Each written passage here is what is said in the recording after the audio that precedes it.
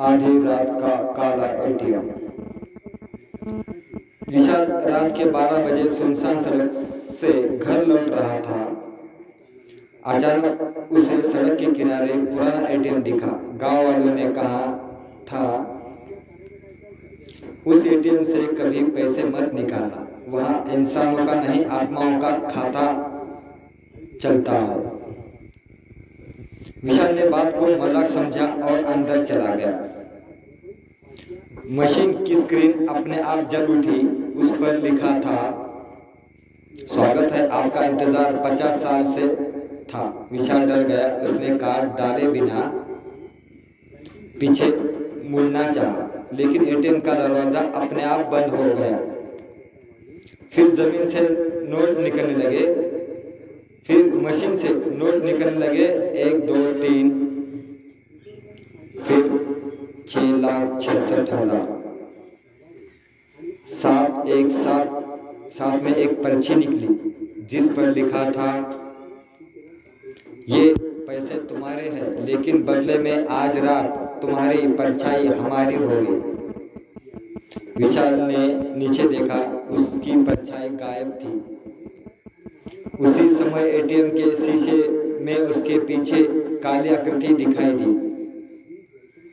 जो धीरे धीरे मुस्कुराते हुए उसकी ओर बढ़ रही थी।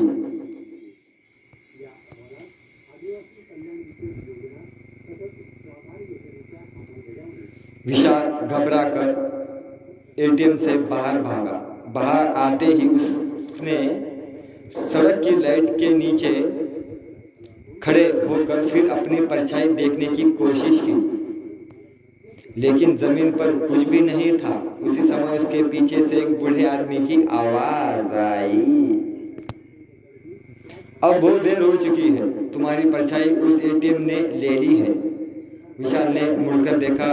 बूढ़े की आंखें पूरी तरह काली थी। वो बोला, आज रात के 3 बजे तक अगर अपनी परछाई वापस नहीं मिली तो सूरज निकलते ही तुम भी सिर्फ एक परछाई बन जाओगे और हमेशा के लिए उस एटीएम में कैद हो जाओगे। विशाल ने जेब में हाथ डाला। वही शापित 6,66,000 अभी भी उसके जेब में थे। अचानक उन नोटों पर लाल रंग से शब्द उभरने लगे, पहली किस्त मिल गई, अब आत्मा की बारी है। तभी एटीएम के अंदर में किसी औरत की भयानक चीख सुनाई दी। विशाल ने डरते हुए पीछे देखा। एटीएम के कांच पर उसकी अपनी परछाई खड़ी थी, लेकिन वो परछाई मुस्कुरा रही थी और धीरे धीरे कांच के अंदर से बाहर निकलने लगी। एटीएम के कांच से बाहर निकलती अपनी ही परछाई को देखकर विशाल के पैरों तले जमीन खिसक गई। वो पीछे हटने लगा, लेकिन परछाई ने उसकी ही आवाज में कहा, भागने से कुछ नहीं होगा, अब तुम्हारी जगह मैं बाहर रहूंगा और तुम अंदर। अचानक विशाल के जेब में रखे सारे नोट हवा में उड़ने लगे। हर नोट पर एक अलग चेहरा दिखाई देने लगा। वे चेहरे दर्द से चिल्ला रहे थे, इन पैसों को मत रखना, हम भी इसी लालच में फंस गए थे। विशाल ने घबराकर सारे नोट जमीन पर फेंक दिए। जैसे ही नोट जमीन पर गिरे, वे अपने आप जलने लगे। जलती हुई राख से एक पुरानी चाबी निकली। चाबी पर लिखा था, लॉकर नंबर 13। उसी समय एटीएम की स्क्रीन अपने आप चालू हो गई। उस पर एक संदेश चमका, अगर अपनी परछाई वापस चाहिए तो बैंक के तहखाने में बने लॉकर नंबर 13 को सूर्योदय से पहले खोलो। अचानक पूरी इमारत हिलने लगी और एटीएम की मशीन के पीछे की दीवार धीरे धीरे खुलने लगी। अंदर अंधेरे में नीचे जाती पत्थर की सीढ़ियां दिखाई दे रही थी। सीढ़ियों से किसी की भारी कदमों की आवाज। ऊपर ऊपर आ रही थी, कदमों की आवाज ऊपर से आ रही थी। विशाल कांपते हुए पत्थर की सीढ़ियों के नीचे से उतरने लगा। हर कदम के साथ ठंडी हवा और तेज होती जा रही थी। दीवारों पर पुराने खून के निशान थे और ऐसा लग रहा था जैसे कोई अभी अभी वहां से गुजरा हो। सीढ़ियों के अंत में एक विशाल लोहे का दरवाजा था। उस पर लाल रंग से लिखा था, जो अंदर आएगा वह पहले जैसा कभी नहीं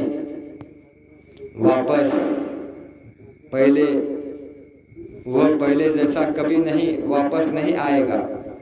विशाल ने कांपते हाथों में लॉकर नंबर 13 चाबी ताले में डाली। खटखट दरवाजा अपने आप खुल गया। अंदर सैकड़ों पुराने लॉकर थे, लेकिन सबसे आखिर में क्या रखा, लॉकर नंबर 13 धीरे धीरे अपने आप खुलने लगा। उसके अंदर पैसे या गहने नहीं थे, बल्कि एक काले शीशे का डब्बा रखा था। विशाल ने डिब्बा खोला। अंदर उसकी अपनी परछाई कैद थी। परछाई ने उसे देखकर कहा, मुझे अब भी बाहर निकालो वरना वह आ जाएगा। तभी पूरे तहखाने की लाइटें बुझ गई। अंदर में 2 लाल आंखें चमकी और एक भारी आवाज गूंजी, 50 साल बाद मुझे नया मालिक मिल गया। विशाल ने टॉर्च जलाई। सामने 8 फुट लंबी एक काली आकृति खड़ी थी, जिसके हाथ में वही शापित एटीएम कार्ड था। उसने मुस्कुराकर कहा, अब तुम्हारा हिसाब शुरू होता है। 8 फुट लंबी काली आकृति धीरे धीरे विशाल की ओर बढ़ने लगी। उसके कदमों की आवाज पूरे तहखाने में गूंज रही थी। उसने अपने हाथ में पकड़ा काला एटीएम कार्ड विशाल की ओर बढ़ाते हुए कहा, ये कार्ड जिस दिन तुम्हारे हाथ में आया उस दिन तुम्हारी किस्मत बदल गई। अब तुम इस एटीएम के अगले मालिक बनोगे। विशाल ने डरते हुए पीछे कदम बढ़ाए। तभी लॉकर नंबर 13 के अंदर कैद उसकी परछाई जोर से चिल्लाई, इसका कार्ड मत छूना। जिसने भी कार्ड लिया उसकी आत्मा हमेशा के लिए यहाँ कैद हो गई। काली आकृति गुस्से से गूंजी, गुस्से से गरजी। उसकी आंखें से काला धुआं निकलने लगा। अचानक तहखाने के सभी लॉकर अपने आप खुल गए। वह लॉकर से एक एक धुंधली आत्मा बाहर निकलने लगी। वे सब एक ही बात कह रही थी, हमें आजाद करो, हमें आजाद करो। विशाल ने हिम्मत करके पास पड़ा लोहे का सरिया उठाया और काले कार्ड पर जोर से वार कर दिया। धम! कार्ड के दो टुकड़े में टूट गए। कार्ड 2 टुकड़े में टूट गया। पूरा तहखाना जोर से कांपने लगा। पूरा तहखाना काली आकृति 10 से चीख उठी, तुमने नियम तोड़ दिया, अब असली दरवाजा खुल जाएगा। अचानक तहखाने की जमीन फटने लगी। नीचे एक गहरा अंधेरा गड्ढा दिखाई दिया और उस गड्ढे से हजारों हाथ बाहर निकालकर विशाल के पैरों को पकड़ने लगे। जमीन के बने गहरे अंधेरे गड्ढे से निकले हजारों हाथ विशाल को नीचे खींचने लगे। विशाल पूरी ताकत से छूटने की कोशिश कर रहा था, लेकिन हर पल उसकी पकड़ कमजोर होती जा रही थी। तभी लॉकर नंबर 13 के अंदर कैद उसकी परछाई जोर से चिल्लाई, शीशा तोड़ दो तभी मैं वापस आ सकूंगा। विशाल ने पास पड़ा लोहे का सरिया उठाया और पूरी ताकत से काले शीशे पर दे मारा। शीशा चकनाचूर हो गया। एक तेज काली रोशनी पूरे तहखाने में फैल गई। कैद परछाई बाहर निकलकर सीधे विशाल के शरीर में समा गई। उस पल विशाल की असली परछाई वापस आ गई। उसी पल विशाल की असली परछाई वापस आ गई, लेकिन काली आकृति गुस्से से धाड़ उठी, अब तुम बच नहीं सकते। उसने अपना विशाल हाथ बढ़ाकर विशाल का गला पकड़ लिया। अचानक तहखाने की दीवार पर बने सभी लॉकर एक साथ खुल गए। उनमें कई सैकड़ों आत्माएं बाहर निकल आई। वे सीधे काली आकृति पर टूट पड़ी। पूरा तहखाना भयानक चीखों से गूंज उठा। इसी अफरा तफरी में विशाल के सामने एक लोहे का दरवाजा दिखाई दिया, जिस पर लिखा था बाहर निकलने का आखिरी रास्ता। जैसे ही वो दरवाजे की ओर दौड़ा, पीछे से वही काली आवाज गूंजी, अगर यह दरवाजा खोला तो बाहर की दुनिया हमेशा के लिए बदल जाएगी। विशाल ने कांपते हाथों से दरवाजे का हैंडल पकड़ लिया। विशाल ने कांपते हाथों से ये लोहे का दरवाजा हैंडल दबाया। विशाल ने कांपते हाथों से लोहे का दरवाजे का हैंडल दबाया। दरवाजा धीरे धीरे खुला। अंदर एक लंबा अंधेरा गलियारा था, जिसकी दोनों दीवारों पर पुराने एटीएम कार्ड टंगे हुए थे। हर कार्ड पर किसी न किसी इंसान की तस्वीर थी। विशाल ने ध्यान से देखा। आखिर कार्ड पर उसकी अपनी तस्वीर लगी हुई थी। उसके नीचे लिखा था, अगला मालिक विशाल। तभी पीछे से वही काली आकृति फिर से प्रकट हुई, अब उसका शरीर पहले से भी ज्यादा विशाल और भयानक हो चुका था। वह हंसते हुए बोली, जिसने भी इस दरवाजे तक पहुंचने की हिम्मत की, कोई भी जिंदा वापस नहीं गया। अचानक गलियारे की दीवारें हिलने लगी। सभी एटीएम कार्ड हवा में उड़ने लगे और एक एक करके इंसानों की डरावनी परछाइयां में बदल गए। वे विशाल की ओर बढ़ने लगे। उसी समय उसकी जेब में रखा टूटा हुआ एटीएम कार्ड चमकने लगा। उस कार्ड से एक रहस्यमय आवाज आई, सामने दिख रहे लाल बटन को दबाओ, लेकिन याद रखना उसके बाद या तो तुम बच जाओगे या पूरी दुनिया अंधेरे में डूब जाएगी। विशाल ने सामने देखा। गलियारे के अंत में कांच के अंदर एक लाल बटन चमक रहा था। जैसे ही वह उसकी ओर दौड़ा, पीछे से सैकड़ों परछाइयां और वह काली आकृति तेजी से उसका पीछा करने लगी। विशाल पूरी ताकत से गलियारे के अंत तक दौड़ा। उसके पीछे सैकड़ों परछाइयां और काली आकृति तेजी से बढ़ रही थी। वह कांच तोड़कर लाल बटन के सामने पहुंचा। जैसे ही उसने बटन दबाया, धड़म, पूरा तहखाना जोर से कांप उठा। सीधा सभी एटीएम कार्ड आग की लपटों में जलने लगा। काली आकृति दर्द से चीखने लगी, लेकिन तभी जमीन के बीच एक विशाल काला दरवाजा खुल गया। उस दरवाजे के भीतर से एक और भी भयानक आवाज गूंजी, जिसने मेरे रक्षक को हराया, अब उसका सामना मुझसे होगा। धीरे धीरे एक 12 फुट लंबी छायामयी आकृति बाहर आई। उसका कोई चेहरा नहीं था, केवल 2 जलती हुई लाल आंखें थी। वो विशाल की ओर देखकर बोली, मैं इस काले एटीएम का असली मालिक हूँ। पिछले 300 साल से हर लालची इंसान की आत्मा यहीं कैद है। अब तुम्हारी बारी है। विशाल ने पीछे देखा। बाहर जाने वाला दरवाजा बंद हो चुका था। तभी उसकी परछाई फिर से उसके सामने आकर खड़ी हो गई और बोली, उसे हराने का एक ही तरीका है। इसके दिल में छिपी काली मोहर को नष्ट करो। लेकिन अगर तुमने ऐसा किया तो ये पूरा तहखाना हमेशा के लिए ढह जाएगा और शायद तुम भी बाहर निकल सको। विशाल ने गहरी सांस ली और उसी राक्षसी आकृति की ओर बढ़ गया। विशाल ने कांपते हाथों में लोहे का सरिया कसकर पकड़ लिया और 12 फुट ऊंची छायामयी आकृति की ओर बढ़ा। अचानक पूरा तहखाना अंधेरे में डूब गया, जिससे सिर्फ उस राक्षस की लाल आंखें चमक रही थी।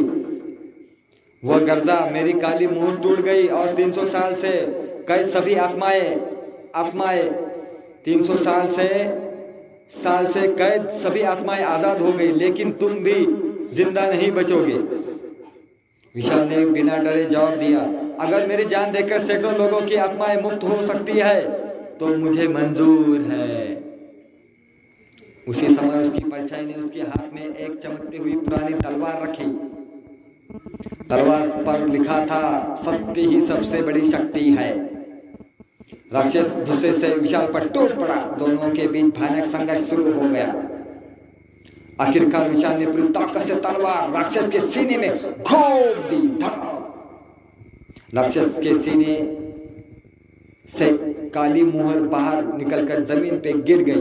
विशाल ने तुरंत उस मुहर पर वार किया। मुंह टूटते ही पूरी इमारत हिलने लगी, सभी लॉकर खुल गए। उनमें कैद सैकड़ों आत्माएं उजाले की किरण बनकर आसमान की ओर उड़ने लगे। लेकिन उसी क्षण तहखाने की छत टूटने लगी, पत्थर विशाल के चारों ओर गिरने लगे। बाहर निकलने का रास्ता धीरे धीरे बंद हो रहा था और उसके सामने सिर्फ कुछ ही सेकंड बचे थे। तहखाने की छत तेजी से गिर रही थी। विशाल पूरी ताकत से बाहर निकलने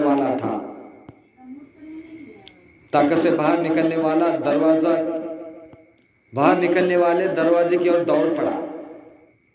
पीछे मुड़कर देखा, 12 फुट लंबी छायामयी आकृति धीरे धीरे राख में बदल रही थी।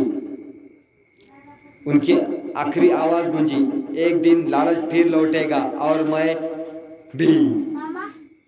उसी पल पूरा तहखाना जोरदार धमाके के साथ ढह गया। विशाल किसी तरह बाहर निकल आया। जैसे ही सूरज की पहली किरण पड़ी, पुरानी बैंक की इमारत अपनी जगह से गायब हो गई। वहां अब सिर्फ एक खाली मैदान था। ऐसा लग रहा था जैसे वहां कभी कोई बैंक थी ही नहीं। विशाल ने राहत की सांस ली, लेकिन तब उसकी नजर अपनी जेब पर पड़ी। जेब में एक काला एटीएम कार्ड रखा था। उस पर सुनहरे अक्षर में लिखा था, ग्राहक संख्या 000001। विशाल ने घबराकर कार्ड फेंक दिया। कार्ड जमीन पर गिरते ही राख बन गया। उसी समय दूर शहर के एक नए बैंक के बाहर लगा एटीएम अपने आप चालू हो गया। स्क्रीन पर लाल अक्षर में लिखा, उभरा, नया खाता सक्रिय हो गया। और कैमरे की ओर देखकर एक काली परछाई मुस्कुरा दी। चला मित्रांनो, हे कार्य समाधान लाईक करा, सबस्क्राईब करा, कमेंट करा, शेअर करा। काल्पनिक कथा आहे मित्रांनो, कोणत्या गोष्टीचा काही संबंध नाही मित्रांनो, तुमच्या फक्त मनोरंजनासाठी हा व्हिडिओ बनवला गेलेला आहे मित्रांनो। तर कमजोर दिल के ना देखे। चला मित्रांनो, लाईक करा, सबस्क्राईब करा, कमेंट करा मित्रांनो, बाय बाय।